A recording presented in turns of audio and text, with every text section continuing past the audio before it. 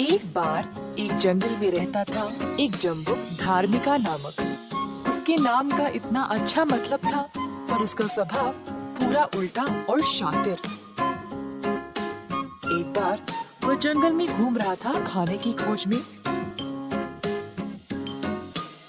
जब उसको एक बिल मिला जिसमें बहुत सारे चूहे थे।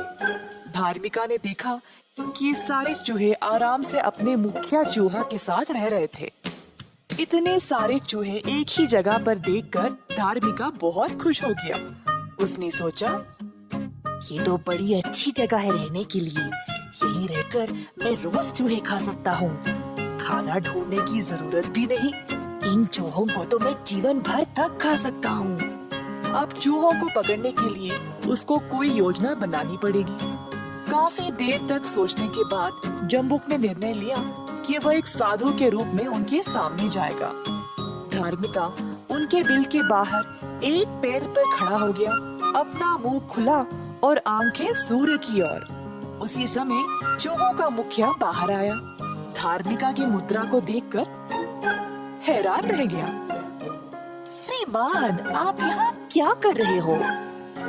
मेरे बच्चे, मैं अपने एक ही पैर पर इसीलिए खड़ा हूँ क्योंकि ये धरती मेरे 4 पैरों का वजन नहीं बर्दाश्त कर पाएगी।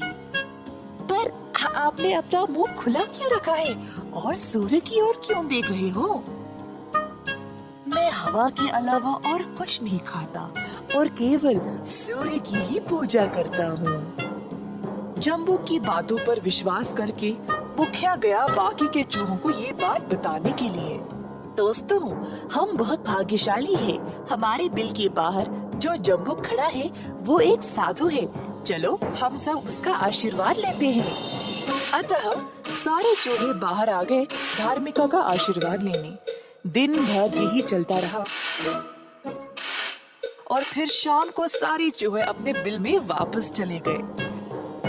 जब आखिरी चूहा वापस जा रहा था, तब धार्मिका ने झट से उसको पकड़ा और खा लिया।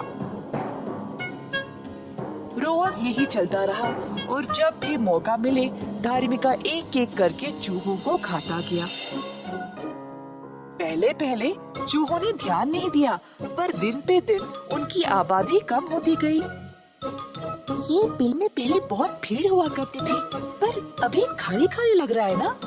कुछ तो गड़बड़ है। मुखिया को अब जम्बुक पे शक होने लगा। उसने सच पता लगाने का निर्णय लिया। अगली शाम जब चूहे अपने बिल में वापस लौट रहे थे, तब मुखिया भी अंत तक खड़ा रहा और थोड़े दूर से देख रहा था कि क्या होने वाला है। मुखिया का शक सही निकला, क्योंकि जैसे ही आखिरी चूहा अंदर जाने ही वाला था, जम्बुक ने उस पर झपटी मारा और उसको खा गया। तुरंत मुखिया गया जम्बुक के सामने। धार्मिका हैरान रह गया। मुखिया बोला, धोखेबाज, इतने दिनों से तुम साधु बनने का नाटक कर रहे थे। हमारी बहुत बड़ी सेना है और तुम बस एक ही हो। यहाँ से दफा हो जाओ, नहीं तो हमारे हाथ मर जाओगे। धार्मिका डर गया और तुरंत वहाँ से भाग निकला। धोखेबाज लोग कभी ना कभी पकड़े ही जाते हैं।